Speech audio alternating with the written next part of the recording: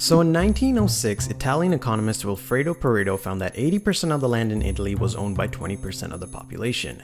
Now this 80-20 distribution became quite famous for occurring over and over again in many scenarios. For example, about 20% of the world's population control about 80% of the world's income.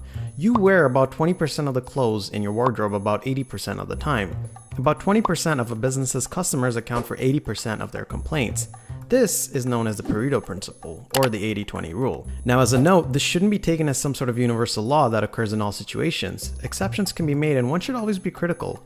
But that being said, it's an extremely effective tool to analyze your own life and be more productive. Let's look at an example. Imagine you have a daily to-do list with 10 things to do every day. Using the Pareto principle, you want to figure out what are the 2 most important things that will give you the majority of your results. And once you figure this out, you want to spend 80% of your effort on these 2 things and the rest on the remaining 8 things to do. This means that even if you don't manage to complete most of the things you wanted to do, you at least get the important things out of the way. The concept is very simple, but the ways you can apply it are endless. The point here isn't the numbers, but rather to simplify your life and focus on what truly matters.